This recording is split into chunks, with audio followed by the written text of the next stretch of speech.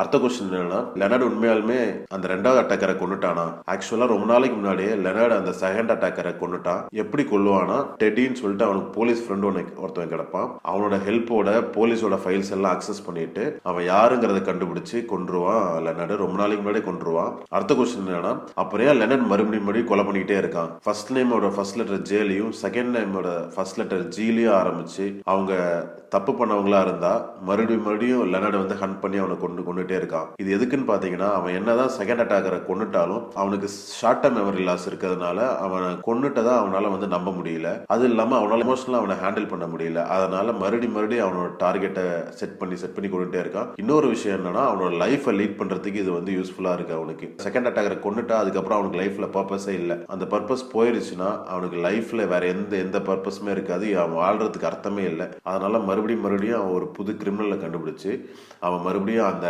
க்ளூஸை create பண்ணி அவனை hunt பண்றது தான் வேலையா வச்சிருக்கான். அவன் ரெகுலரா அடுத்த டார்கெட்டை நோக்கி போய்கிட்டே இருக்கான்.